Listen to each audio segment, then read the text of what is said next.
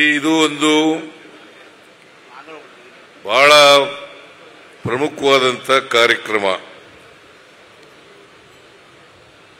ಇವತ್ತು ನಾವೆಲ್ಲರೂ ಕೂಡ ಇಲ್ಲಿ ಸೇರಿರ್ತಕ್ಕಂಥದ್ದು ಬಾಬು ಜಗಜೀವನ್ ರಾಮ್ ಅವರನ್ನ ಸ್ಮರಿಸಿಕೊಳ್ಳಲಿಕ್ಕೆ, ಅವರ ಆತ್ಮಕ್ಕೆ ಚಿರಶಾಂತಿಯನ್ನು ಕೋರ್ಲಿಕ್ಕೋಸ್ಕರ ನಾವಿಲ್ಲಿ ಸೇರಿದ್ದೇವೆ.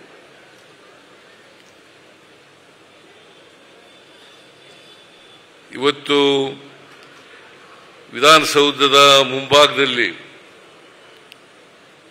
ಬಾಬು ಜಗಜೀವನ್ ರಾಮ್ ಅವರ ಜನ್ಮದಿನೋತ್ಸವವನ್ನು ಆಚರಣೆ ಮಾಡ್ತಾ ಇರತಕ್ಕಂಥದ್ದು ವಿಶೇಷ ಅಂತೇಳಿ ನಾನು ಭಾವಿಸ್ಕೊಂಡಿದ್ದೇನೆ.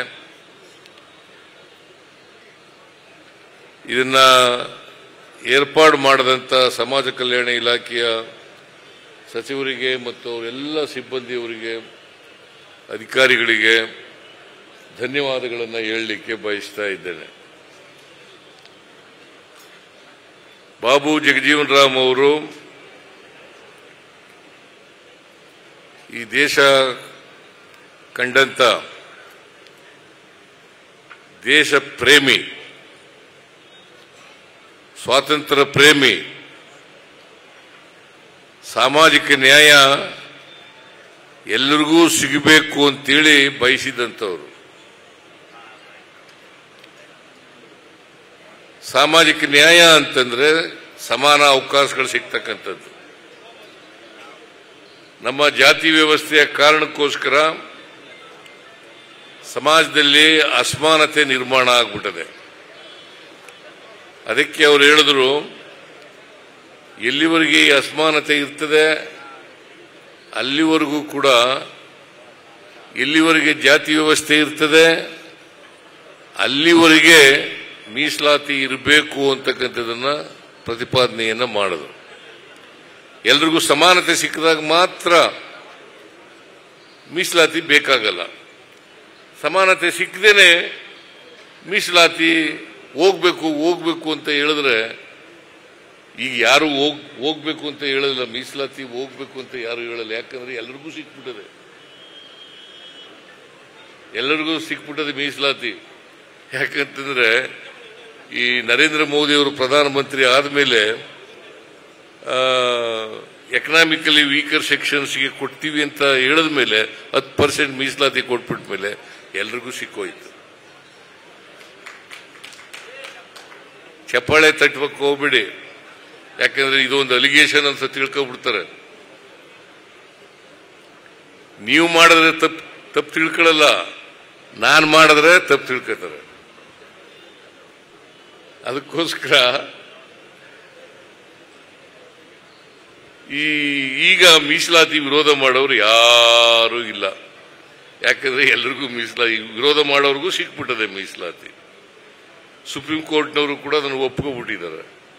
ಸೊ ಹಂಗಾಗಿ ಮೀಸಲಾತಿ ಬಗ್ಗೆ ವಿರೋಧ ಮಾಡೋರು ಯಾರು ಇರಲಿಕ್ಕೆ ಸಾಧ್ಯ ಇಲ್ಲ.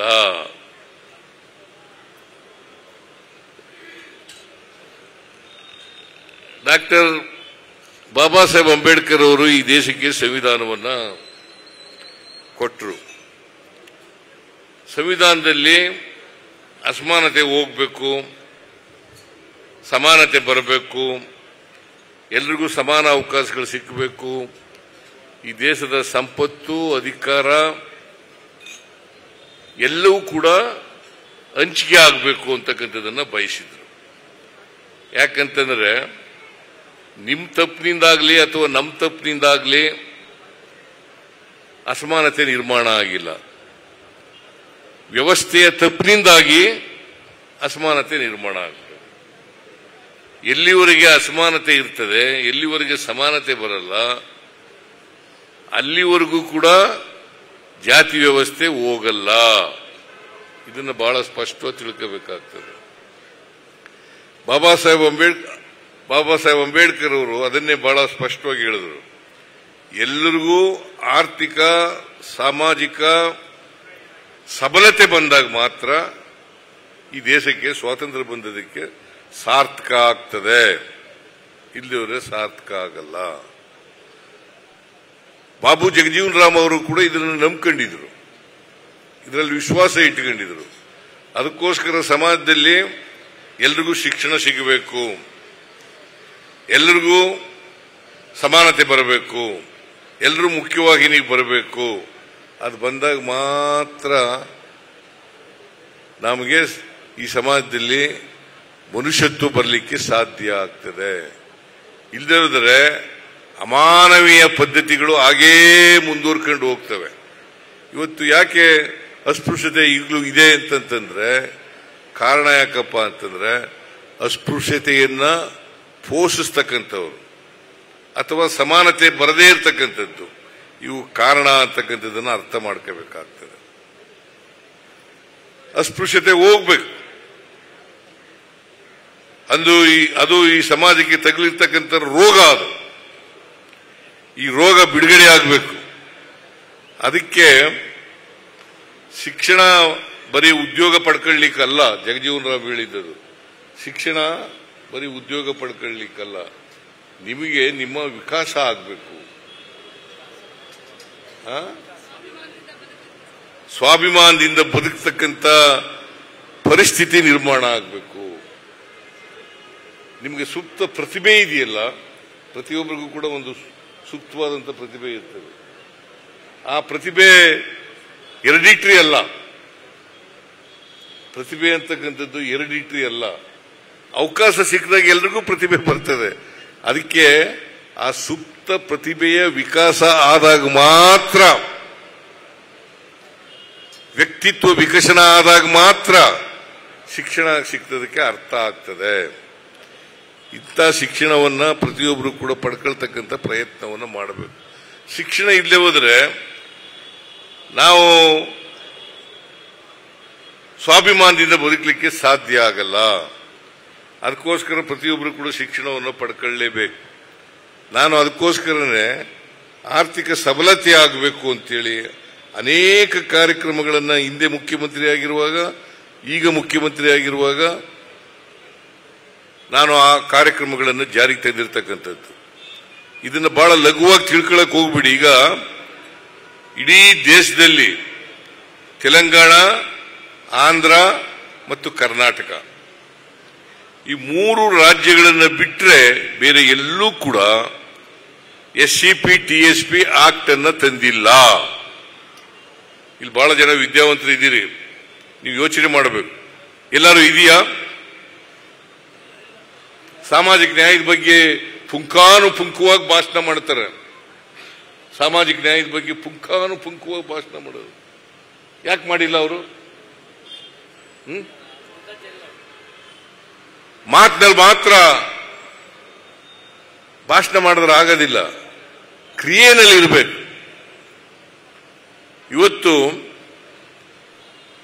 ಮೊದಲನೇ ಬಾರಿಗೆ ನಾನು ಹಿಂದೆ ಮುಖ್ಯಮಂತ್ರಿ ಆಗಿರುವಾಗ ಕಾಂಟ್ರಾಕ್ಟ್ ಅಲ್ಲಿ ರಿಸರ್ವೇಶನ್ ಮಾಡಿದವರು ಯಾರು? ಈಗ 50 ಲಕ್ಷ ಇದ್ದದನ್ನು 1 ಕೋಟಿ ಮಾಡಿ 2 ಕೋಟಿ ಮಾಡಿರೋರು ಯಾರು? ಮತ್ತೆ ಅದನ್ನು ಹೇಳ್ಬೇಕಲ್ವಾ, ಬೇರೆ ಒತ್ತಾಯ ಮಾಡಬೇಕಲ್ವಾ? ಒತ್ತಾಯ ಮಾಡಿದ್ರೆ ಹೆಂಗೆ? ಈಗ ನೀವು ಒತ್ತಾಯ ಮಾಡದೆ ಹೋದ್ರೆ ನಿಮಗೆ ಲಭಿಸೋದಿಲ್ಲ. ಕೈಗಾರಿಕೋದ್ಯಮಿಗಳಿಗೆ ಸಹಾಯ ಮಾಡಲಿಕ್ಕೆ ಪ್ರಯತ್ನ ಮಾಡಿದವರು ಯಾರು? ದಲಿತರು ಕೂಡ ಕೈಗಾರಿಕೆಗಳನ್ನು ಮಾಡಬೇಕು. ಮತ್ತೆ ಆರ್ಥಿಕ ಸಮಾನತೆ ಸುಮ್ಮನೆ ಬಂದ್ಬಿಡ್ತದ? ಆರ್ಥಿಕ ಸಬಲತೆ ಸುಮ್ಮನೆ ಬರ್ತದ? ಅದಕ್ಕೆ ನಾನು ಅನೇಕ ಕಾರ್ಯಕ್ರಮಗಳನ್ನು ಇವತ್ತು ಶಕ್ತಿ ಯೋಜನೆ ಮಾಡಿರ್ತಕ್ಕಂಥದ್ದು ಇರ್ಬೋದು, ಗೃಹಲಕ್ಷ್ಮಿ ಯೋಜನೆ ಮಾಡಿರ್ತಕ್ಕಂಥದ್ದು ಇರ್ಬೋದು, ಆಮೇಲೆ ಅನ್ನಭಾಗ್ಯ ಮಾಡಿರ್ತಕ್ಕಂಥದ್ದು ಇರ್ಬೋದು, ಯುವ ನಿಧಿ ಮಾಡಿರ್ತಕ್ಕಂಥದ್ದು ಇರ್ಬೋದು, ಆಮೇಲೆ ಗೃಹ ಜ್ಯೋತಿ ಮಾಡಿರ್ತಕ್ಕಂಥ ಕಾರ್ಯಕ್ರಮ ಯಾಕೆ ಮಾಡಿದ್ದೀನಿ ಅಂತಂದ್ರೆ ನಿಮ್ಮ ಕೈನಲ್ಲಿ ಹಣ ಬರಬೇಕು.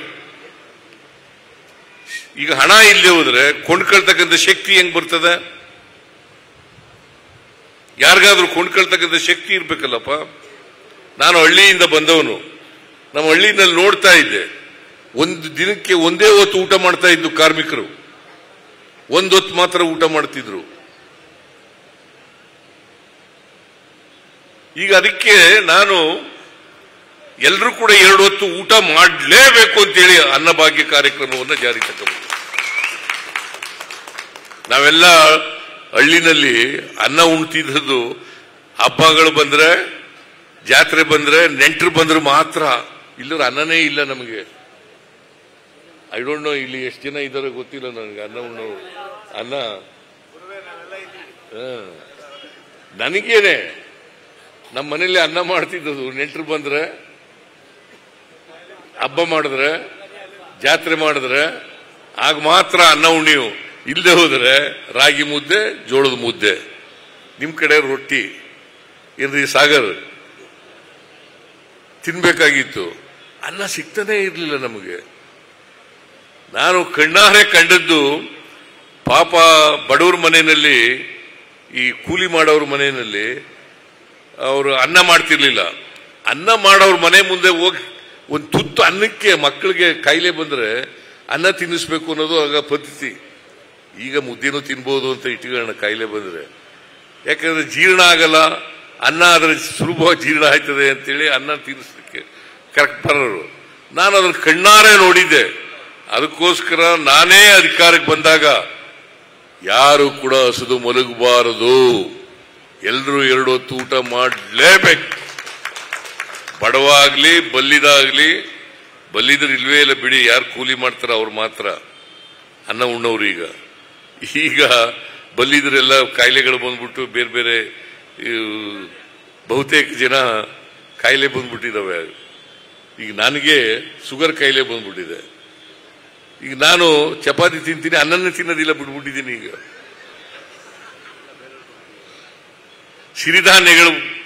ಸಿರಿಧಾನ್ಯಗಳನ್ನು ಬಳಸ್ತಕ್ಕಂಥ ಕೆಲಸ ಮಾಡ್ಕೊಂಡ್ಬಿಟ್ಟಿದ್ದೀವಿ. ನಾನು ಯಾಕೆ ಈ ಮಾತಿನೆಲ್ಲ ಹೇಳ್ತಾ ಇದ್ದೀನಿ ಅಂತಂದ್ರೆ, ಸಮಾಜದಲ್ಲಿ ನಾವು ಎಲ್ರಿಗೂ ಆರ್ಥಿಕವಾಗಿ, ಸಾಮಾಜಿಕವಾಗಿ, ಶೈಕ್ಷಣಿಕವಾಗಿ ಶಕ್ತಿ ತುಂಬದೆ ಹೋದ್ರೆ ಸಮಾನತೆ ಬರಲ್ಲ. ಆ ಸಮಾನತೆ ಬರಬೇಕಾದ್ರೆ ಎಲ್ರಿಗೂ ಶಕ್ತಿ ಬರಬೇಕು, ಎಲ್ರಿಗೂ ಶಿಕ್ಷಣ ಸಿಗಬೇಕು, ಎಲ್ರಿಗೂ ಅಧಿಕಾರದಲ್ಲಿ ಪಾಲು ಸಿಗಬೇಕು, ಎಲ್ರಿಗೂ ಸಂಪತ್ತಿನಲ್ಲಿ ಪಾಲು ಸಿಗಬೇಕು. ಆಗ ಮಾತ್ರ ಸಾಧ್ಯ ಆಗ್ತದೆ. ಜಾತಿ ಅಷ್ಟು ಸುಲಭವಾಗಿ ಹೋಗೋದಿಲ್ಲ. ನಮ್ಮಲ್ಲಿ ಬೇರ್ ಬಿಟ್ಬಿಟ್ಟಿದೆ ಜಾತಿ. ಬಹಳ ದೀರ್ಘಕಾಲದಿಂದ ಜಾತಿ ಬೇರ್ ಬಿಟ್ಬಿಟ್ಟಿದೆ. ಚಲನೆ ಇಲ್ಲ ನಮ್ಮ ಜಾತಿ ವ್ಯವಸ್ಥೆಗೆ. ನಮ್ಮ ಜಾತಿ ವ್ಯವಸ್ಥೆ ಇದೆಯಲ್ಲ, ಚಲನೆ ಇಲ್ಲ. ಎಲ್ಲಿ ಚಲನೆ ಇರೋದಿಲ್ಲ ಅಲ್ಲಿ ಆರ್ಥಿಕವಾಗಿ, ಸಾಮಾಜಿಕವಾಗಿ ಬದಲಾವಣೆ ಆಗ. ಅದನ್ನ ಬಾಬು ಜಗಜೀವನ್ ರಾಮ್ ಅವರು ಮಂತ್ರಿಯಾಗಿ, ಕೃಷಿ ಸಚಿವರಾಗಿ ಆಹಾರದ ಮಹತ್ವವನ್ನು ಅರ್ಥ ಮಾಡ್ಕೊಂಡಿದ್ರು. ಆಹಾರ ಮತ್ತು ಕೃಷಿ ಸಚಿವರಾಗಿದ್ರು ಅವರು. ಅದಕ್ಕೋಸ್ಕರನೇ ಈ ದೇಶದಲ್ಲಿ ನಾವು ಎಲ್ರಿಗೂ ಆಹಾರ ಸಿಗ್ತಾ ಇರಲಿಲ್ಲ. ನಾವು ಸ್ವಾವಲಂಬಿಗಳಾಗಿರಲಿಲ್ಲ ದೇಶದಲ್ಲಿ. ಹಸಿರು ಕ್ರಾಂತಿಯನ್ನು ಮಾಡಲಿಕ್ಕೆ ಬಾಬು ಜಗಜೀವನ್ ರಾಮ್ ಅವರು ಕಾರಣ ಅಂತಕ್ಕಂಥದ್ದನ್ನು ನಾವು ಮರೀಲಿಕ್ಕೆ ಸಾಧ್ಯ ಇಲ್ಲ. ಎಲ್ರಿಗೂ ಆಹಾರ ಸಿಗಬೇಕು. ಜನಸಂಖ್ಯೆ ಬೆಳೀತಾ ಇದೆ. ಆ ಜನಸಂಖ್ಯೆಗೆ ಅನುಗುಣವಾಗಿ ಆಹಾರದ ಉತ್ಪಾದನೆಯನ್ನು ಜಾಸ್ತಿ ಆಗಬೇಕಲ್ಲ. ಅದನ್ನು ಮಾಡಿದವರು ಬಾಬು ಜಗಜೀವನ್ ರಾಮ್. ರಕ್ಷಣಾ ಸಚಿವರಾಗಿ, ಕೃಷಿ ಸಚಿವರಾಗಿ ಅವ್ರು ಮಾಡಿದಂಥ ಕೆಲಸಗಳಿದ್ದಾವಲ್ಲ, ಬಹುಶಃ ಈಗಾಗಲೇ ಮಾದೇವಪ್ಪ ಹೇಳಿದ್ರು, ಬಹಳ ದೀರ್ಘಕಾಲ ಮಂತ್ರಿಯಾಗಿದ್ರಲ್ಲ. ಆ ಮಂತ್ರಿಯಾಗಿ ಬರೀ ಆಡಂಬರಕ್ಕೆ ಮಂತ್ರಿ ಆಗಿರಲಿಲ್ಲ, ಮಂತ್ರಿ ಆಗಬೇಕು ಅಂತ ಮಂತ್ರಿ ಆಗಿರಲಿಲ್ಲ. ಅವರು ಹೆಜ್ಜೆ ಗುರುತುಗಳನ್ನು ಬಿಟ್ಟೋಗಿದ್ದಾರೆ. ಒಬ್ಬ ದಕ್ಷ ಆಡಳಿತಗಾರರಾಗಿ, ಮೇಧಾವಿ ರಾಜಕಾರಣಿ. ಅಂಥವ್ರನ್ನ ಇವತ್ತು ನಾವು ನೆನ್ಕೊಳ್ತಕ್ಕಂಥದ್ದು ಅತ್ಯಂತ ಅವಶ್ಯ ಅಲ್ವಾ? ನಮಗೆಲ್ಲ ಮಾರ್ಗದರ್ಶಕರು ಅವರು. ಅವರ ಆಡಳಿತ ಮಾರ್ಗದರ್ಶಕ. ಅವರು ಹೋರಾಟ ಮಾಡಿದ್ದು ಸಾಮಾಜಿಕ ನ್ಯಾಯಕ್ಕೋಸ್ಕರ ಹೋರಾಟ ಮಾಡಿದ್ದು, ಸಂವಿಧಾನವನ್ನ ಜಾರಿಯಾಗಬೇಕು, ಅದರ ಎಲ್ಲ ವಿಧಿಗಳು ಕೂಡ ಜಾರಿಯಾಗಬೇಕು ಅಂತೇಳಿ ಪ್ರಯತ್ನ ಪಟ್ಟವರು.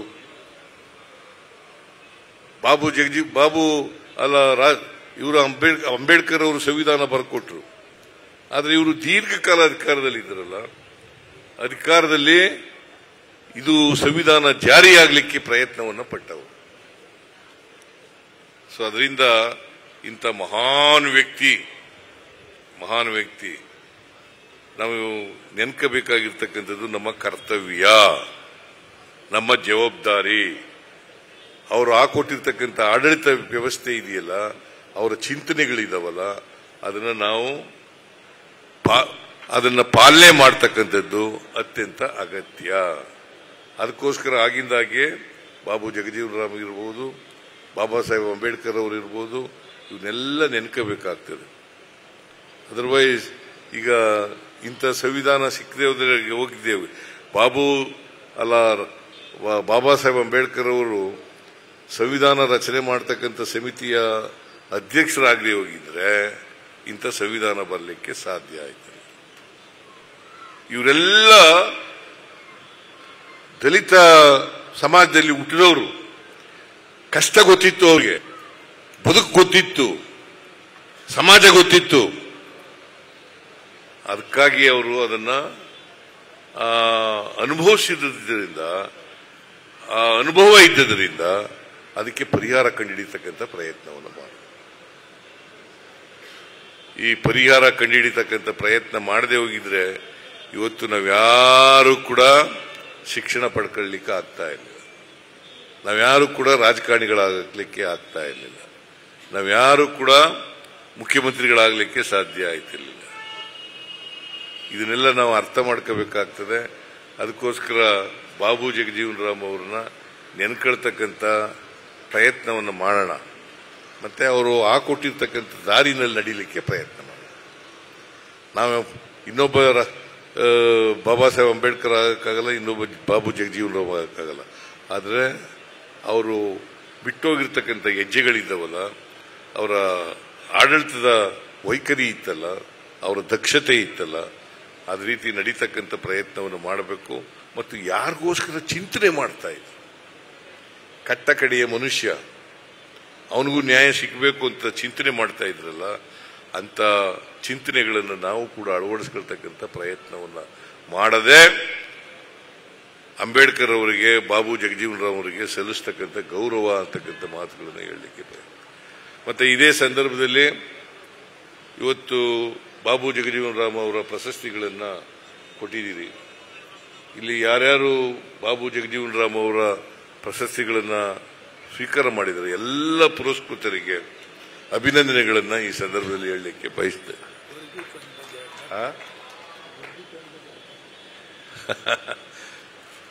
ಮುನಿಯಪ್ಪನವರು, ನಾನು ಈಗಾಗಲೇ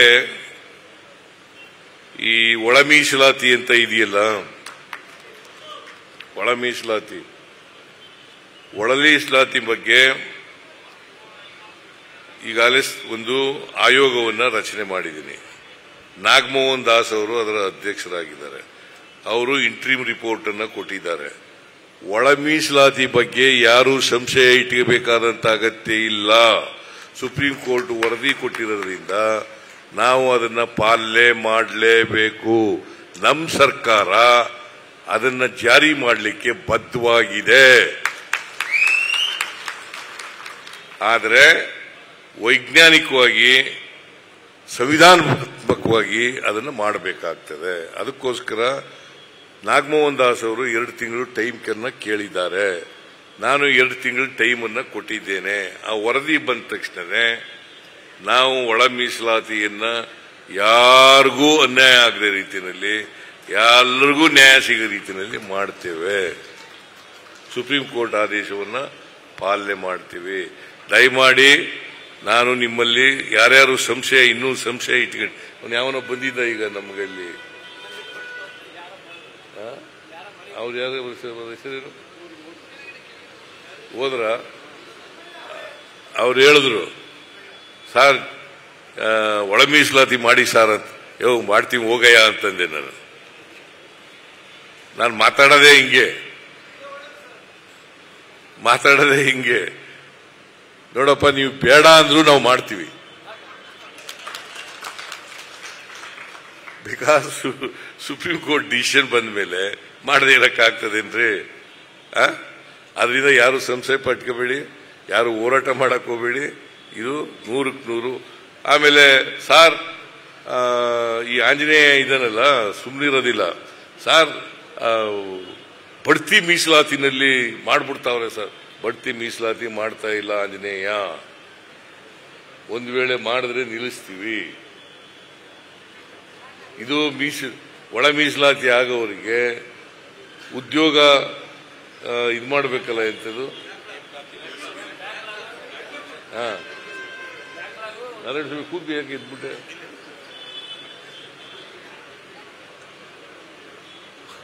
ಉದ್ಯೋಗ ಸೆಲೆಕ್ಷನ್ ಇದೆಯಲ್ಲ, ಆ ಸೆಲೆಕ್ಷನ್ ಎಲ್ಲ ನಿಲ್ಲಿಸಿದ್ದೀವಿ, ಮಾಡಕ್ ಹೋಗಲ್ಲ. ಅದಕ್ಕೋಸ್ಕರನೇ ತ್ವರಿತವಾಗಿ ಮಾಡಬೇಕು ಅಂತೇಳಿ ಬಡ್ತಿ ಮೀಸಲಾತಿನೂ ಮಾಡಲ್ಲ, ಸೆಲೆಕ್ಷನ್ ಮಾಡಲ್ಲ. ಇದು ಬಂದ ಮೇಲೆ ಒಳ ಮೀಸಲಾತಿ ಆದ್ಮೇಲೆ ಮಾಡಲಿಕ್ಕೆ ಪ್ರಾರಂಭ ಮಾಡ್ತೀವಿ. ಗೊತ್ತಾಯ್ತಲ್ಲ? ಇದನ್ನ ಮುನಿಯಪ್ಪನವರು ಬಂದು ಕಿವಿಗೆ ಹೇಳಿದ್ರು, ನಾನು ಬಹಿರಂಗವಾಗಿ ಹೇಳ್ತಾ ಇದ್ದೀನಿ.